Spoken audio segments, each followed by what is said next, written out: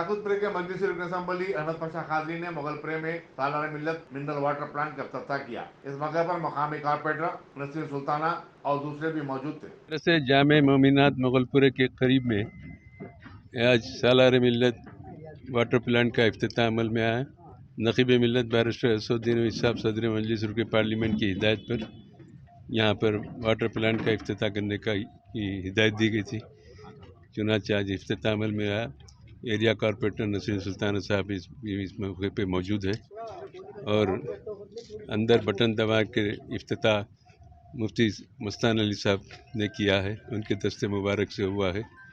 बहरहाल यहाँ पे बीच में ये प्लांट बन हो गया था, फिर 80 तकादों के तहत इसको मुकम्मिल करके यहाँ पानी का इंतजाम किया गया है और लोग इससे इस्तेफादा करेंगे। खुसूसन रमज़ान का महीना है, सबको साफ़ और शफ़ाफ पानी मिलने का एक अच्छा ज़रिया है ये इसाले सवाब भी है और आम दिनों में पानी पिलाना सवाब के मौजिब है।